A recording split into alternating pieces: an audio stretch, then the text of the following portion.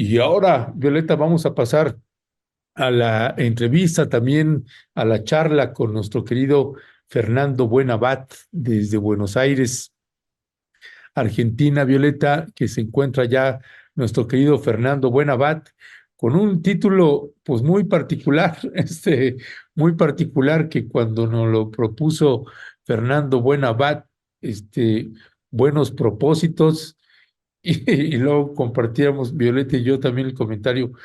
Buenos propósitos, pues ¿a qué se refiere? ¿A qué se refiere Fernando Buenabat? Y entonces le preguntábamos a Fernando, a ver, Fernando, ¿qué imagen se te viene a la cabeza y al corazón cuando hablas de buenos propósitos? Y entonces Fernando nos mandó una imagen que ya la estaré, ahí la está viendo usted, En precisamente medio. en medio, los buenos propósitos y además creo que viene bien, Violeta, en tiempos de Trump y de Rosario Piedra Ibarra y quién sabe de qué otras cosas y todo el gran capital y lo que está en ciernes con este gobierno de Donald Trump. Pues viene bien, Violeta, viene bien en lo que alcanzamos a entender pues como, pues cuál es el antídoto o cómo enfrentar una situación de esta naturaleza, pues ya está con nosotras y con nosotros Fernando Buenabat. Fernando, buenos días. Muy buenos días, Violeta, Ernesto. Muy buenas tardes a toda la audiencia también de Rompeviento, que yo ya sé que crece mucho cada semana, así que un abrazo fraterno siempre. Muchas gracias, Fernando. Pues también decíamos los buenos propósitos que incluso ahora que hablábamos al principio de Elon Musk, que ha sido nombrado también dentro de este departamento de eficiencia gubernamental y que pone un tuit que nos llama mucho la atención que habla sobre la mercancía será, ¿no? Pone así una cosa rarísima, rarísima como un tuit de celebración hacia el mundo capitalista. Pero bueno, ya nos dirás ahorita, Fernando, de qué van estos buenos propósitos. Pues mira, en realidad es un título de franca intención provocadora y provocadora a a la reflexión, porque es costumbre de muchas generaciones cuando se aproximan los cierres de año, y ya estamos en eso. Estamos a unas cuantas semanas, de hecho, de que este 2024 termine y vendrá un periodo de eso, de cierre de ciclos, de terminación de años lectivos, de terminación en fin, de una cantidad de concepciones que la cultura occidental principalmente ha pactado, ¿no? Por ciclos anuales, en fin. Y una tradición que anida en estos cierres de ciclo precisamente viene a cuento de los buenos propósitos de qué estamos pensando para el próximo año, qué queremos hacer, qué necesitamos hacer, en todo caso, qué podremos hacer, ¿no? Decía, siempre lo recuerdo con cariño, decía el querido profesor Sánchez Vázquez, entre lo deseable, lo posible y lo realizable, ¿no? Entre cómo escala uno entre apetitos, deseos, suposiciones, anhelos y lo que después la realidad permite en lo concreto, en lo objetivo, en lo material, realizar. Eh, nos encontraremos con una agenda muy compleja a propósito de qué tan buenos son los deseos que podemos tener y qué tan prácticos y realizables pueden ser nuestros deseos, ¿no? Para el año próximo o los deseos que se están construyendo también como promesas políticas, que de paso hay que también suscribir, ¿no? Hemos oído en fechas recientes una larga lista de propuestas que tienen que ver con reformas judiciales, que tienen que ver con resolución de problemas de vivienda, que tiene que ver con la asistencia a estudiantes en todo México, en todos los niveles, que tiene que ver con, en fin, con una cantidad de tareas no resueltas, por cierto, que tareas que se fueron quedando rezagadas, postergadas, abandonadas y que pues ya son parte del paquete de la siguiente etapa del año que viene, que también pasa la concepción del año que viene, la concepción de los buenos propósitos también atraviesa Violeta, Ernesto, cómo se elabora un presupuesto nacional, cómo se está trabajando en la adjudicación de los recursos económicos del país, es decir, nuestros impuestos, cómo se están encauzando, para qué, cómo, con qué calendarios, con qué planificación, con qué hipótesis de resultados y también con qué proyecto de resarcimiento en términos de la velocidad con que tienen que ser resueltos problemas realmente añejos, ¿no? Entonces, hay por lo menos alguna agenda que yo quisiera proponer para la reflexión de estos buenos propósitos. Es que en los buenos propósitos tenemos un horizonte que se llama Donald Trump, ¿no? En la frontera ya del año próximo, ni bien tome posesión este señor, estaremos ya, incluso antes, estaremos viendo una agenda de problemas que van a profundizar los ya existentes, seguramente van a postergar algunas soluciones que no se han logrado y luego nos vamos a encontrar ante una realidad geopolítica también distinta, sustancialmente distinta, ¿no? En estas horas, los comentarios que yo he escuchado esta mañana, tanto en Argentina como en algunos medios internacionales, tienen como dos grandes temas. Uno, que Cristina Fernández, según la Suprema Corte de Justicia de la Nación, ha quedado por ahora y para siempre proscrita de cualquier posibilidad de ser candidata a cualquier cargo, ¿no? Y además le han designado 6 años de cárcel.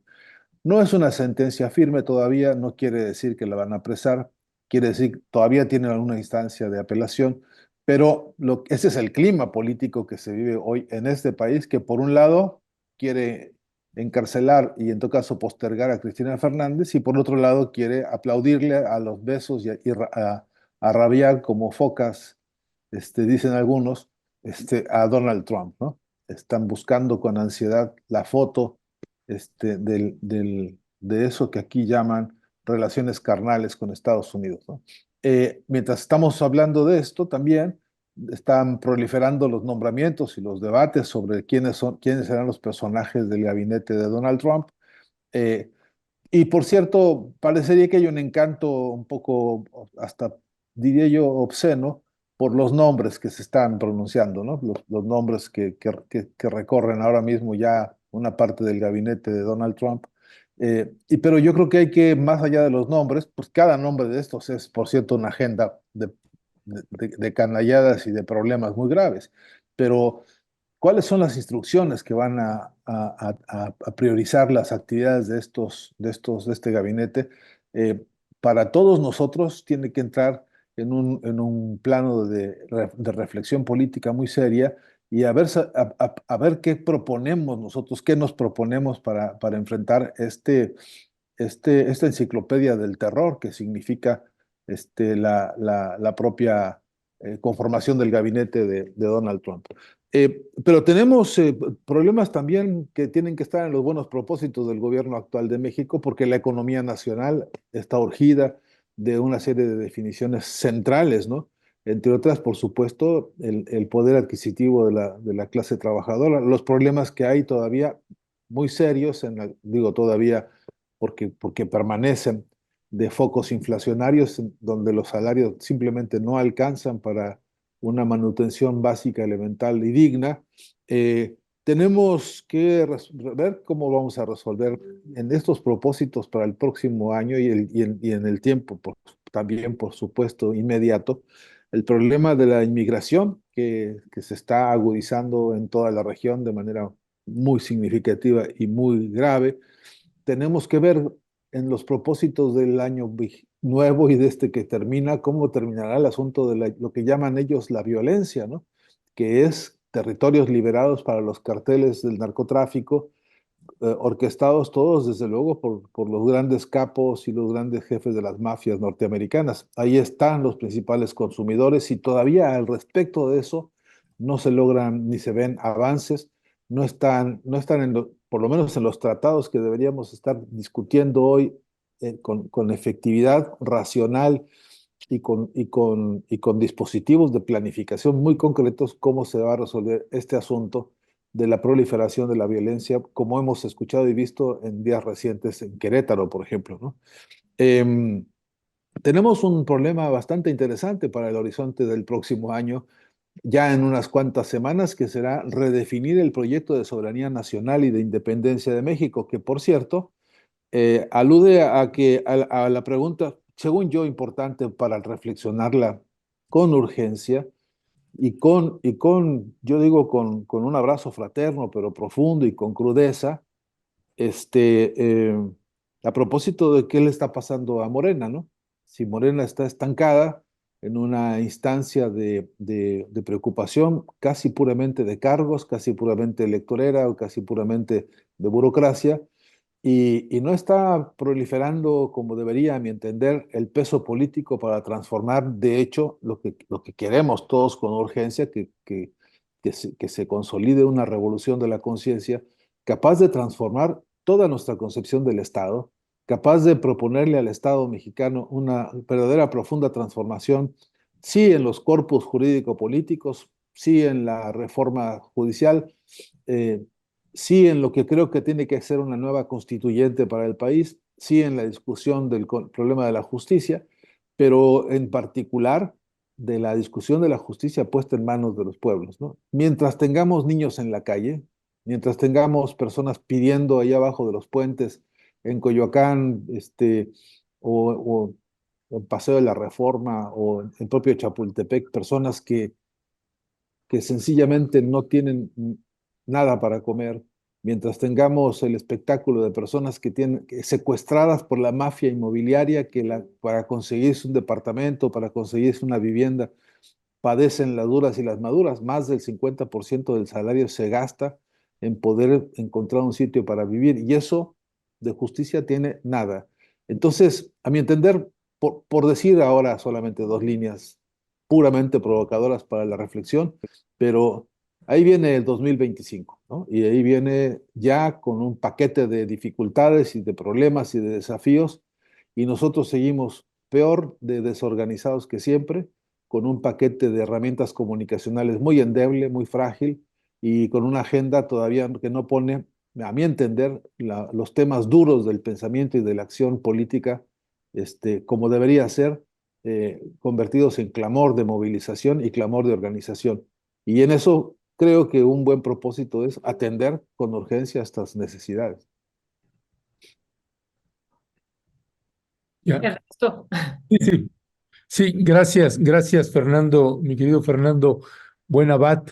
Pues Fernando, estamos con la preocupación y precisamente los buenos propósitos. A mí lo que me llegaba mucho es la imagen de lo que tenemos que construir como alternativas. Y me parece que ese ha sido uno de los ejes centrales de toda tu teoría política y de organización y de colectivización que podemos tener en México, en Argentina, en América, en el mundo. Y yo te preguntaría a propósito de estos buenos propósitos, ¿qué estarías visualizando, Fernando Buenabat, en lo que toca, por ejemplo, a América, pensando en cada uno de los nombramientos que vamos viendo del presidente Donald Trump? Pues son verdaderamente siniestros, sea el secretario de la Defensa, sea el secretario de Estado, sea el embajador de Estados Unidos, nuevo nombrado por Donald Trump, el embajador de Estados Unidos en Israel. Pues estamos hablando de un país y de un presidente que parece ser que harán un gran daño al mundo entero. ¿Qué estás pensando en esa parte, Fernando Buenabat? Ernesto, si hablamos con absoluta franqueza y Sí. entre amigos y entre conciudadanos, hermanos, ¿no? Yo creo que, pues, no debería sorprendernos saber lo que está pasando con estos nombramientos, ¿no? Porque de haber sido Kamala Harris, con otros nombres, la agenda sería bastante parecida a esto, ¿no? No creo que quepa, que nos quepa a nosotros hoy ninguna actitud, ningún gesto, improperio, incluso de sorpresa o de asombro, porque estamos en una guerra franca, abierta contra nuestros pueblos. El imperio norteamericano está desesperado por devastar a nuestras riquezas naturales en todo el continente. Están dispuestos a destruir el último de los reductos de la soberanía de cada país, están dispuestos a pisotear las historias de independencia de nuestros pueblos en todo el continente. Están hambrientos del litio, están hambrientos del petróleo, están hambrientos del agua, de los montes, de los valles, de los lagos, de los ríos, en fin. Ya lo declaró la ahora saliente jefa de la misión esta, del Departamento de Estado, que a voz en cuello y en todo el continente repitió: lo que nos interesa son los recursos naturales, pero también, por supuesto, la mano de obra barata. Entonces, esa es una guerra del capitalismo contra los pueblos, y a mí no me sorprendería, ni me sorprende, y creo que no debería sorprender a nadie, que ellos afilen todas sus herramientas y le saquen punta a su lápiz de canalladas y de criminalidad para justamente profundizar todas las canalladas que hemos visto y que van a empeorar. Eh, no veo en esto de las promesas y de los buenos propósitos para ellos otra razón por la que hayan nombrado a Elon Musk, ¿no? Este es un empresario de los más cínicos que se puedan conocer en el planeta entero.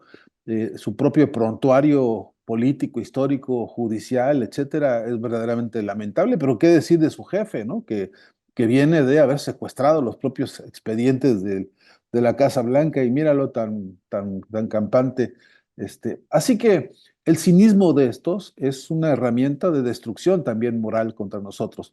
Así, si aceptásemos que no hay razón para que nos hagamos los sorprendidos, si aceptásemos que efectivamente esto era de esperarse, lo verdaderamente importante es saber qué precauciones tomamos, saber qué es lo que dejamos de hacer nosotros para que esto ahora resulte que no solamente es una avalancha de amenazas con el propio prontuario de cada uno de los funcionarios que van a nombrar. Es de suyo una amenaza contra nuestros pueblos. No debería sorprendernos, repito. Y digo, me digo y me pregunto y vuelvo a preguntarme yo con todos fraternalmente, con respeto, desde luego, siempre con afecto fraterno, pero ¿qué rayos dejamos de hacer todos para no estar organizados, para no tener un clamor continental hoy que diga: aquí a los pueblos nuestros se los respeta a ultranza?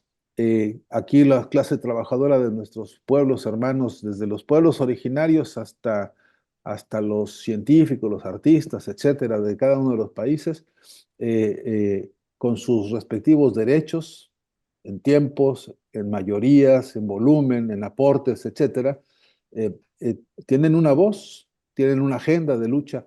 Están ahora, vuelvo a decir, cerca de 600 movimientos en América Latina protestando con inconformidades, con quejas, con protestas, agendas de lucha, pues, que lamentablemente nosotros mismos no conocemos, que lamentablemente no tenemos una plataforma en la cual nos enteremos, nos informemos de las luchas de los hermanos acá en Argentina, que están defendiendo hace décadas y más décadas su derecho a la tierra secuestrada por ejemplo, la empresa Benetton, ¿no?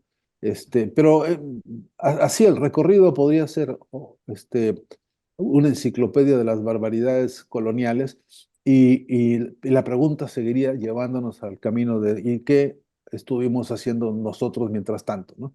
Y sí que nos merecemos, nos merecemos, no lo digo en tono de castigo, sino en tono de urgencia, un trabajo de autocrítica científica, de autocrítica profunda, constructiva, obviamente, para derivar en un plan de lucha, ¿no?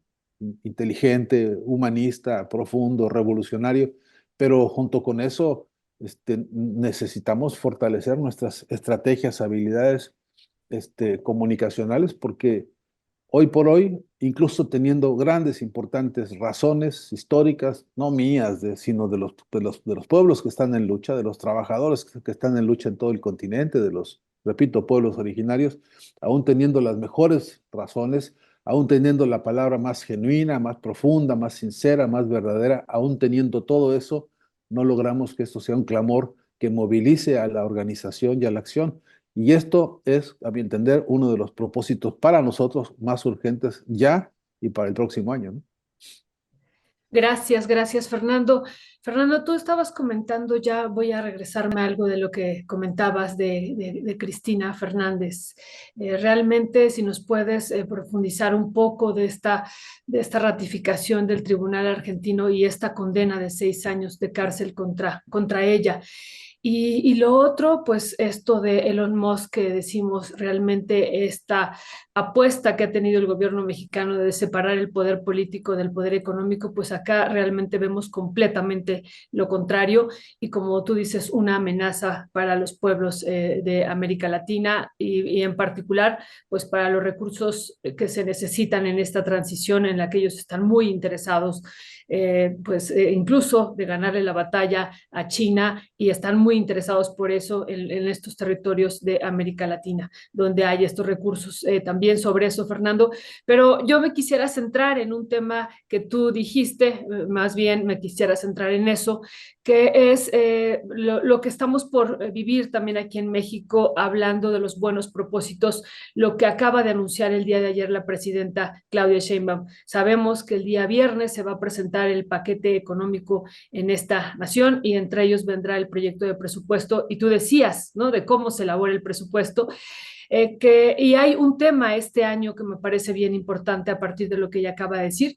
El día de ayer anunció que el presupuesto, una parte del presupuesto, haciendo cumplir el artículo segundo constitucional, donde se establece que el presupuesto será manejado ya ahora directamente por los pueblos indígenas, bueno, se va a destinar a estos pueblos, a estas comunidades que ya están registradas en el INPI, en este Instituto Nacional de los Pueblos Indígenas. Eso nos parece pues muy, muy importante y que hay que celebrarlo. Y hablando de los buenos propósitos, pues yo quería comentarlo y pedir tu reflexión sobre esto. Quizá no dimensionamos lo que significa para este país racista, que hemos dicho clasista, que por primera vez llegue el presupuesto y esperemos que así sea y estaremos muy atentos. Ya hemos tenido incluso, nos han buscado algunos de estos pueblos, pues estaremos atentos de que este presupuesto llegue directamente a estos territorios. Pero, ¿qué decir sobre este propósito y sobre este buen propósito, Fernando? Pues yo en principio celebrarlo, ¿no? En principio celebrarlo y además ayudarlo, ¿no? Porque son iniciativas que necesitan también su propia revolución comunicacional y su propia revolución cultural. Bien dices, ¿no? Yo creo que desde Benito Juárez para acá, los pueblos originarios no ha habido un representante de pueblos originarios que maneje realmente la caja del Estado y que realmente tenga una sensibilidad y una intuición y una inteligencia y que lo dejen además, ¿no? Orientar los recursos que son de todos nosotros, ¿no? Para que vaya y se destinen a donde tienen que llegar.